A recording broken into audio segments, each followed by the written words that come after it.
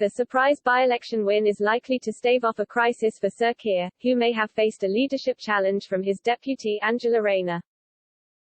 Losing another Red Wall seat after defeat in once solid Hartlepool in May would have been a disaster, but a relieved Sir Keir said, "Labour is back. This is just the start. I want many more days like this."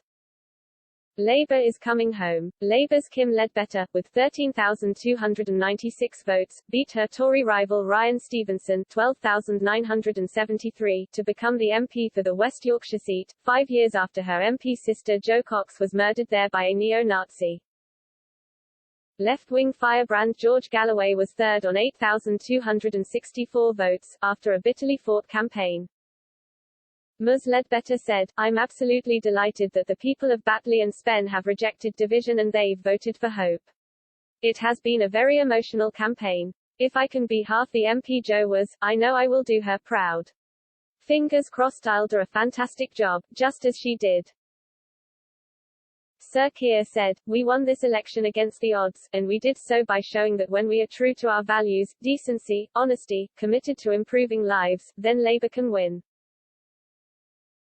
A party source suggested the win should deter his critics. "Everyone's been calling this a referendum on Keir's leadership.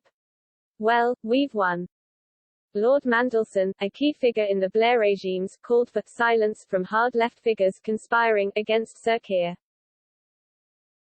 The Tories had been favourites but they fell short, and senior party figures blamed Matt Hancock. Amanda Milling, Tory co-chairman, said the ex-Health Secretary's affair with aide Gina Coladangelo came up on doorsteps after his resignation. She called the result really disappointing, but said it was always going to be a really tough battle for us. This wasn't a great result for Labour.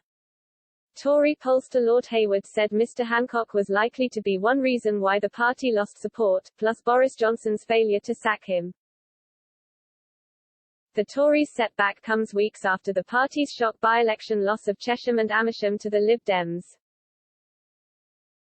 Mr Johnson praised the Tory effort in Batley. "We fought an incredibly positive campaign and did very well to reduce a long-standing Labour majority, several decades old, to 323.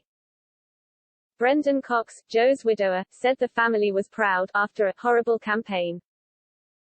He thanked Mr Stevenson for fighting on the issues and not pandering to divisions.